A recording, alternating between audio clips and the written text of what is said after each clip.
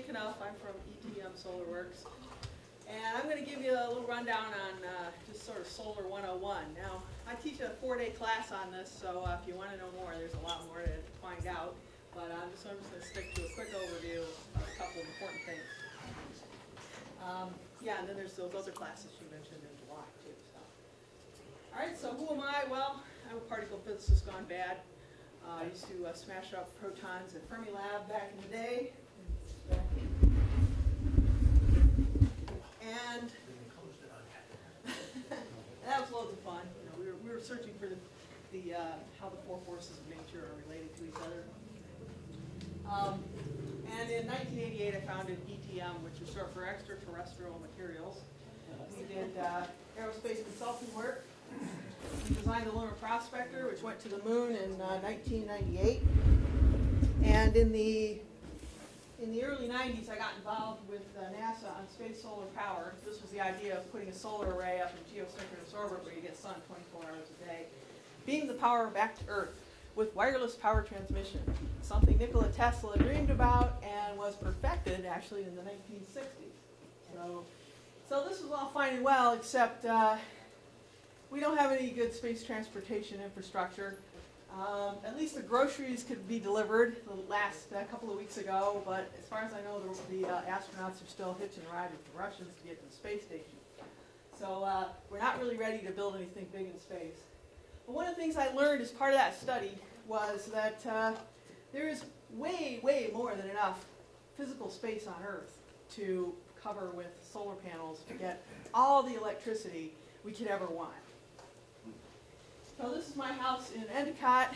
I'm just about to upgrade this to some more efficient panels so that I can get more watts on my roof, which I'll talk more about that a little later. But the first thing you should do, so Jamie already mentioned this, reduce your load. Be energy efficient.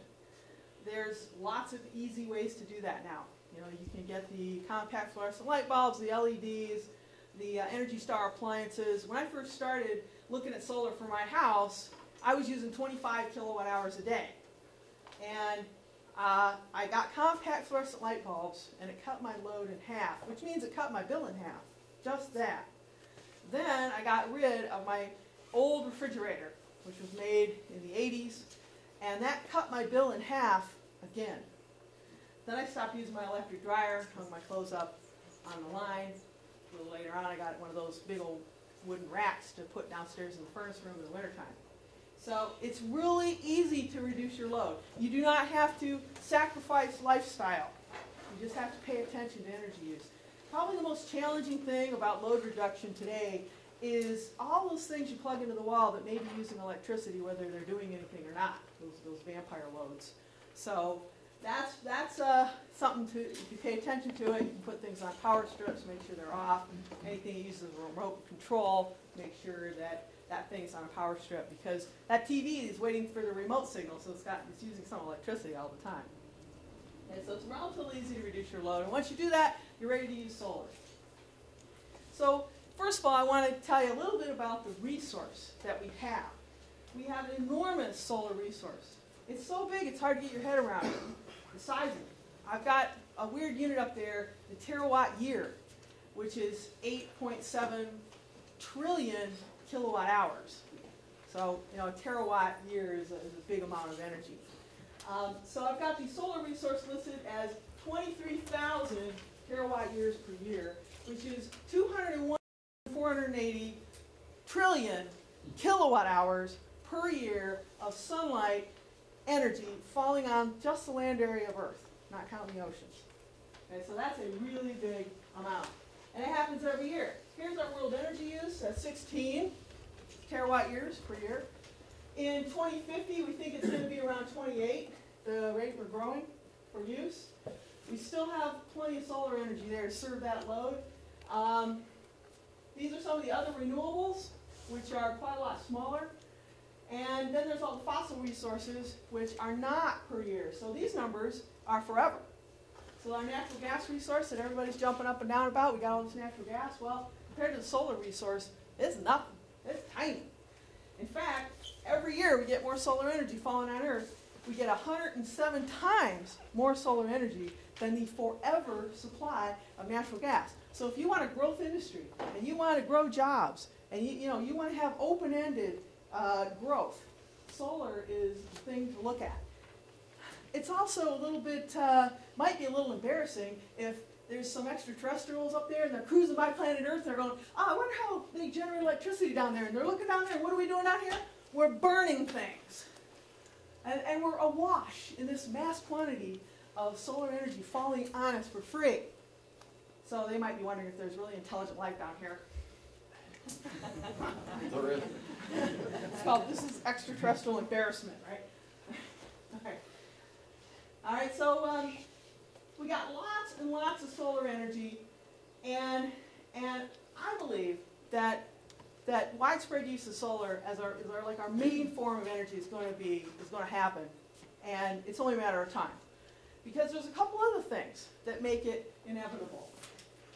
The amount of physical space to power the whole planet is really, really small. Okay, I got 0.07% of the planet's land area there. That's a little hard to picture what that is. But for the United States, 25,000 square kilometers of photovoltaics, so solar cells that convert light to electricity. So here's a photovoltaic module up here. It has solar cells in it and generates electricity from light. I will send around, I've got a bare solar cell sent around for you to take a look at. So 25,000 square kilometers of those things to power the entire United States of America. Well, how big is that? That's 2 times the Nevada test site in range. That is not that big. In fact, if you were to take and use less than 1/3 of the existing rooftops and parking lots in New York, you could power 100% of New York with solar.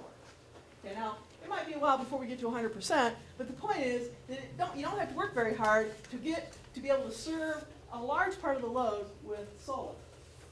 And finally, solar cells are made of silicon, as most of them are. Silicon is the second most common element on Earth, oxygen being first. So, silicon solar cell, and we've had questions from the natural gas people. Well, isn't that a toxic material? Well, I hope not, because sand is made of silicon dioxide. We've had people say, well, silica, that's a bad material, right? Well, no. Silica is another name for sand. Look it up on the internet. Google it. Okay, so silicon is a common and benign material. In fact, computer chips are also made of silicon. A solar cell is the simplest semiconductor device. It is made of 1 p-n junction, as compared to your computer chip, which has 200 million p-n junctions in it. So a solar cell is the simplest semiconductor device made of silicon. And just to put icing on the cake, the cost of solar cells dropped like a rock in 2011. Why? Mass production. Mass production. If you mass produce anything, then the cost goes down. In fact, every time you double production of solar cells, the cost goes down 20%. That's been happening for the last 30 years. And what's different now is that the time it takes to double production is a year. So the cost dropped like a rock in 2011. It's leveled off some now, but it's still sinking down. So, you also have to. There's also the question of demand. Demand is up and down depending on what's going on in the world. Europe was a very strong user of solar, and now they're having trouble with their economy, so they've slowed down. They're still going, but it's gotten slower. Meanwhile, the United States use is picking up, and the Chinese, they're picking up use. So things are changing, all for the good. Okay, to bring the resource a little closer to home then, this is kilowatt hours per square meter per year of solar energy that falls on specific places in the United States. And that is data collected for 30 years by the National Renewable Energy Lab. Okay, so Phoenix is the sunniest spot with 2336, and Seattle is the cloudiest spot with 1387. We are someplace in between. So most of central New York is right around 1500, and here's another embarrassing little factoid. The world leader in solar power is Germany. The sunniest place in Germany only gets 1,250 kilowatt hours per square meter per year. Okay, so they're the world leader, and when I say leader, I'm talking by a lot. They have 24,000 megawatts of installed solar. In the United States, the entire United States, we're just cracking 3,000. Okay? In New York, we got 70 megawatts in New York. New Jersey has 700 megawatts. I'm like, wait a minute. We're at New Jersey beat us out? So we really need Solarize Madison. Okay, but the resource is there. And everywhere in the United States. Okay, so I already mentioned about the solar cell and what it's made of. Very simple device. Take those solar cells, you make them into modules. These modules produce direct current electricity, and the voltage depends upon how many cells are in a module. So a typical module will have 30 to 40 volts coming out of it, which we will then wire in series to get a higher voltage, and then convert that to alternating current with an inverter. Okay, so it's a pretty simple setup. I think I have another. Okay, so here's a slide about that. So back when I started, we did standalones. And standalones, you had to have a battery bank. You had to charge batteries so that you could have electricity when the sun wasn't out. And then in the late 90s, many states put in place net metering laws, which allowed you to hook your inverter output directly to your circuit box. And the way this works is that when you're generating solar electricity, if you have load, you're using your solar electricity. But let's say you're at work. It's the middle of the day. You got lots of sun on your roof. Today was an awesome solar day because it was cool and it wasn't cloudy. It was great. So, okay, you're not using your solar electricity, so what's happening to it? You get to turn your meter backward and get paid at the retail rate. So if you're paying NYSEG or National Grid, if you're paying them 12 cents, they got to pay you 12 cents. And this goes from month to month. So this is really nice because there's some times of the year when there's lots of sun and your load is not as high, like the spring and fall. So you can generate extra, you can bank the credit. Okay, so you bank the credit, then when it's dark at night or it's cloudy in the winter, you can use the credit. You can actually zero out the kilowatt hour portion of your bill doing this. And it doesn't take a huge amount of roof space to do it for most people. Okay, so this is a really simple system. It's also a low maintenance system because we have our solar array, our inverter, and it's feeding your circuit box, and that's it. So it's very simple. So there's what it looks like if you have a solar array on your roof. Roof is the cheapest place to put it. You don't have to put it there, but that is the least expensive place to put it. If you have a nice roof. Of course, it'll work. It'll give you the most kilowatt hours if it faces south. The tilt of it, yes, that changes the output a little bit, but about in the Northeast here, it doesn't change it that much because we get so much more sun in the summer than we do in the winter. So an optimal, my husband and I actually modeled this using Mathematica one time. What was the optimal tilt for the solar array in Binghamton, New York? And it was 23 degrees. So a pretty shallow pitch. Pretty shallow pitch. I know there's a lot of angst about snow, but the fact is that in the Northeast in December, you get 5% of your yearly sun. So yeah, there might be snow, but there's also no sun. January is the same story. Okay. Of course, we do have customers that build a ground mount, and so they can sweep snow off. Okay, so there's the array feeding an inverter. This is an inverter which converts direct current to alternating current, which is what you use in your house and what the utility produces. And this inverter is a very smart box. It has to synchronize perfectly with the utility. It has to shut off if the utility power is down or the voltage or the frequency is wrong on the grid. So pretty smart box. But it's a very simple system. So if you don't want to put it on your roof or you can't for some reason, you can also do a so-called ground mount. This is a pole top over here where if you want to be able to mow around it, you don't want kids messing with it, you can put it up on a pole so no one can reach it. Or if you do want to be able to reach it more easily, you can put it on kind of a solar deck-like arrangement.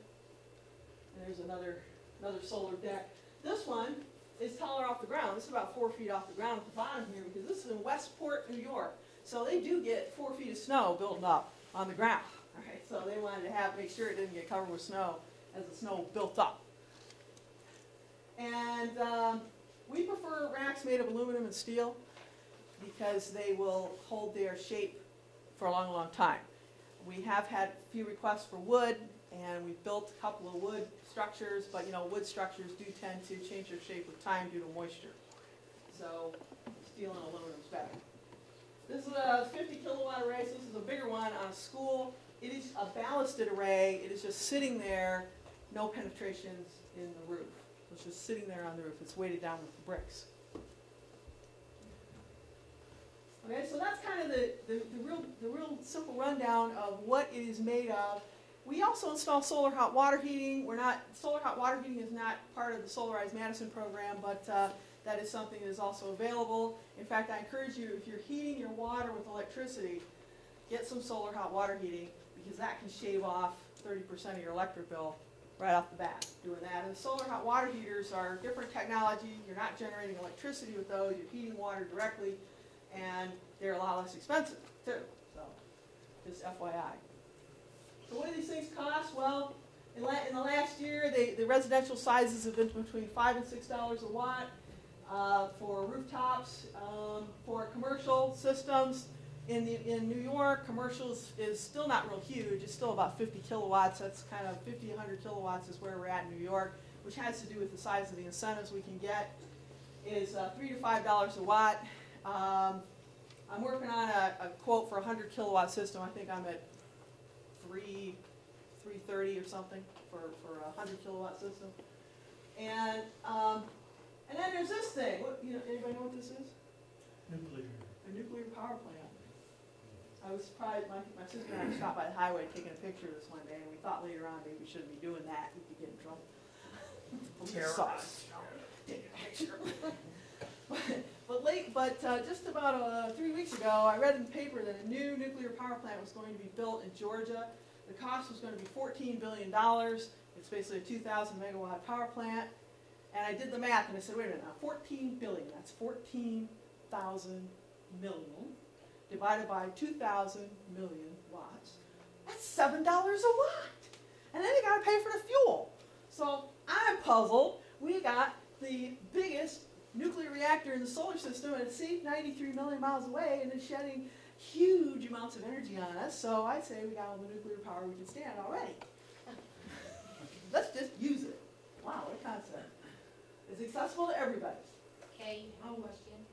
Yeah, you have a question. Question. Those numbers, that's all inclusive, everything from installation and Right. excavation and final setup. That's right. Okay. That's right.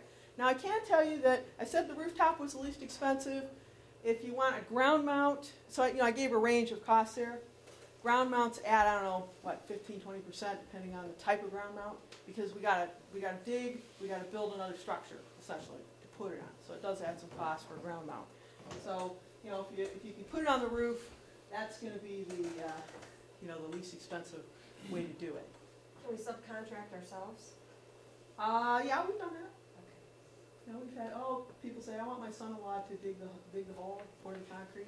Of course, then I told him what he had to do. He had to lift a Schedule 80 steel pipe, which weighs about 800 pounds, into that hole, and then he decided, well, maybe let us do it. So it can be a big job. But some people have the capacity to do that. If you're already a contractor, or your brother-in-law's a contractor, and you have a machine and stuff, so that's possible.